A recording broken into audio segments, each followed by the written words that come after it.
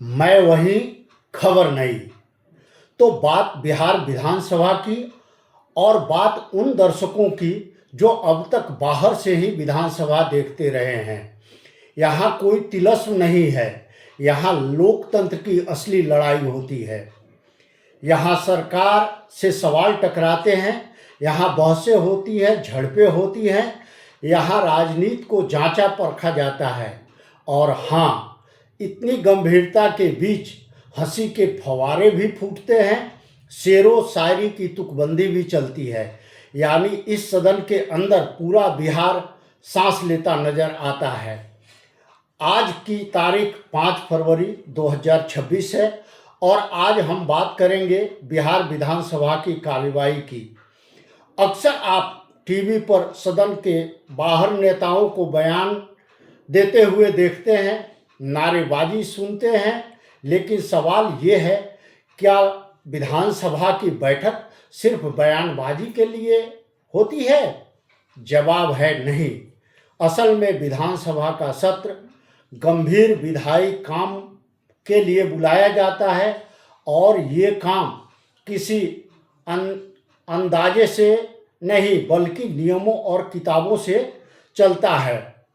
अब आइए हम जरा दिखाते हैं कि कौन सी किताबें हैं और कौन से नियम है जिसके आधार पर विधानसभा की कार्यवाही चलती है। तो ये है फाइल। इस फाइल में विधानसभा की कार्यवाही इस नियम के अनुसार से चलती है। तो मैं आपको एक एक करके दिखा रहा हूँ। यह एक लिफाफा है जिसमें आपको कुछ पुस्तकें दी जाती हैं, पत्रिकाएं दी जाती हैं। तो ये देखिए, यह बिहार लाल जो पत्रिका है, यह अल्पसूचित प्रश्न इसमें रहते हैं। आप भी देख सकते हैं कि इसके माध्यम से एक अल्पसूचित प्रश्न पूछा जाता है। ये हरी किताब है। इस हरी किताब में तारांकित प्रश्न होते हैं। इसके अलावा सदस्य जो हैं, एक और माध्यम है जिसके तहत वो सवाल पूछते हैं, वो ये सफ़ेद पन्ने हैं जिस पर ध्यानाकर्षण की सूचनाएं दी जाती हैं। तो ये 3 नियम हैं जिसके आधार पर आपको बिहार विधानसभा की कार्यवाही चलती है। और ये कार्यवाही भोजन के पहले चलती है लाल, हरी और सफ़ेद पन्नों वाली किताबों से। दरअसल लोकतंत्र का यह टाइम टेबल है। तो आइए इन पुस्तकों के जरिए सदन के अंदर हम झांकते हैं। सबसे पहले बात करते हैं लाल पुस्तिका की, यानी इसकी। यह एक अल्पसूचित प्रश्न की पुस्तिका है। इसमें अल्पसूचित प्रश्न होते हैं और ऐसे सवाल जिन्हें तुरंत उठाने की अनुमति मिलती है, लेकिन यहाँ भी समय तय होता है। इन प्रश्नों के लिए सीमित वक्त होता है। आज यानी 5 फरवरी को जो यह अल्पसूचित प्रश्न है, आप इसमें देखें, कृषि विभाग और सहकारिता विभाग से सवाल पूछा गया है। इसमें सिर्फ 2 सदस्यों के द्वारा सवाल पूछा गया है जिसका सरकार के द्वारा उत्तर दिया गया है। इसके अलावा तारांकित प्रश्न भी होते हैं। तारांकित प्रश्न के लिए यह पुस्तिका है, यानी हरी पुस्तिका। और इसमें जो आज के सवाल हैं वो लोक स्वास्थ्य और अभियंत्रण विभाग के हैं, नगर विकास एवं आवास विभाग के हैं, राजस्व एवं भूमि सुधार विभाग के हैं, कृषि विभाग के हैं, डेयरी मत्स्य एवं पशु संसाधन विभाग के हैं, खाद्य एवं उपभोक्ता संरक्षण विभाग के और सहकारिता विभाग के। विधानसभा में जितनी कार्यवाही चलती है उसके लिए अध्यक्ष की ओर से हर दिन सवालों की कोटि बांटी जाती है। बिहार सरकार में 48 विभाग है। सारे विभागों के जवाब एक दिन नहीं होते हैं। इसमें कई विभागों के जवाब अलग अलग दिन दिए जाते हैं। अब हम इसके जरिए अन्य जानकारी देने जा रहे हैं। एक ध्यानाकर्षण सूचना है। उस ध्यानाकर्षण सूचना के माध्यम से भी सवाल पूछा जाता है। तो नमस्कार दर्शकों, मैं हूं शशि भूषण और मैं अब यह फाइल खोल रहा हूं कि कैसे कैसे विधानसभा की कार्यवाही होती है। तो मैं बताना चाह रहा हूं कि बिहार विधानसभा का जो पहला समय होता है यानी फर्स्ट हाफ, भोजन के पहले का समय, वह प्रश्नकाल के लिए होता है और यह 2 घंटे के लिए निर्धारित होता है। फिर उसके बाद भोजन के बाद 2 घंटे का समय होता है, वह विधायी कार्य के लिए होता है। लेकिन पहला जो काल होता है भोजन के पहले का, उसे अक्सर प्रश्नकाल कहते हैं। और प्रश्नकाल में प्रायः 3 तरह के सवाल सदन में आते हैं। एक चौथे तरह की सवाल पर भी चर्चा होती है। अब बारी बारी से मैं इसका जिक्र कर रहा हूं। तो आते हैं, जो पहला घंटा आरंभ होता है यानी 11 बजे से 12 बजे तक, जिसमें प्रश्न पूछे जाते हैं। वह प्रश्न चाहे सत्ता पक्ष के सदस्य हों या विपक्ष के, वो अपना सवाल लेकर सदन से आते हैं।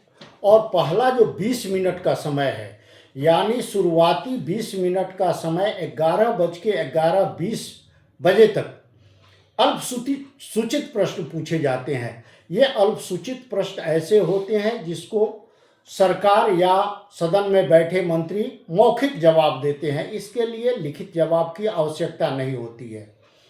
दूसरे प्रकार का प्रश्न होता है, उसे तारांकित कहते हैं। तारांकित प्रश्नों में हर प्रश्न के पहले विधानसभा सचिवालय की ओर से स्टार लगा दिया जाता है, यानी उसमें तारा अंकित रहता है। इसके लिए जो विधानसभा में समय तय है वह 40 मिनट का, यानी 20 मिनट पहला वह अल्पसूचित प्रश्न के लिए और बाकी 40 मिनट का समय जो होता है वह तारांकित प्रश्न के लिए। तारांकित प्रश्न का सरकार या मंत्री जो जवाब देते हैं वो लिखित रूप में देते हैं। वह जवाब विस्तृत होता है, उसमें आंकड़े होते हैं और उसके आधार पर फिर सवाल, अनुपूरक सवाल सदस्य द्वारा पूरक सवाल पूछा जाता है। यह कार्यवाही 1 घंटे की ठीक 12 बजे समाप्त हो जाती है। 12 बजे के बाद शून्यकाल शुरू होता है। हालांकि शून्यकाल के पहले एक छोटी प्रक्रिया विधानसभा अध्यक्ष की ओर से की जाती है, वह होता है कार्य स्थगन की सूचना।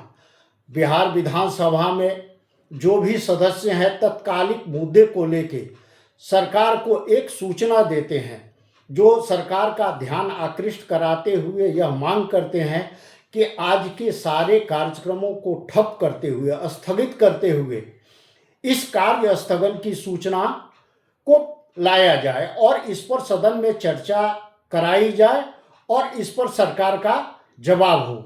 तो आज भी सदस्यों ने अपना कार्य स्थगन लाया था। अक्सर कार्य स्थगन मान्य नहीं होता है, लेकिन अगर कार्य स्थगन प्रस्ताव स्वीकार किया गया तो उसके लिए अध्यक्ष की ओर से उसका समय और उसका तिथि दोनों बताया जाता है कि सदस्य इतने समय और इस दिन को इस पर बहस कराया जाता है। अब शुरू होती है शून्यकाल की सूचना। शून्यकाल में बिहार विधानसभा के जितने सदस्य हैं वो अपने अपने क्षेत्र के तात्कालिक मुद्दे को लेकर सदन का ध्यान आकृष्ट कराते हैं, यानी सरकार का ध्यान आकृष्ट कराते हैं। इस तरह की सूचना पर सरकार का कोई जवाब नहीं होता है। सिर्फ विधायक गण अपनी बात सदन के में रख देते हैं जो सरकार तक चली जाती है।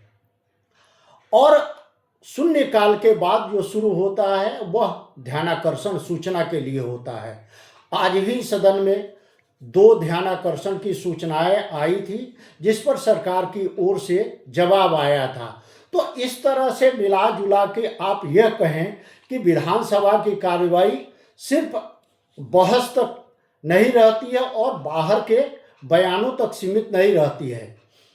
आप कुल मिलाकर देखें तो बिहार विधानसभा में प्रश्न पूछने से लेकर चर्चा तक सब नियमों, समय और अध्यक्ष के विवेकाधिकार पर चलता है, ताकि लोकतंत्र का यह मंच व्यवस्थित भी रहे और प्रभावी भी। इसके साथ मुझे दीजिए इजाज़त।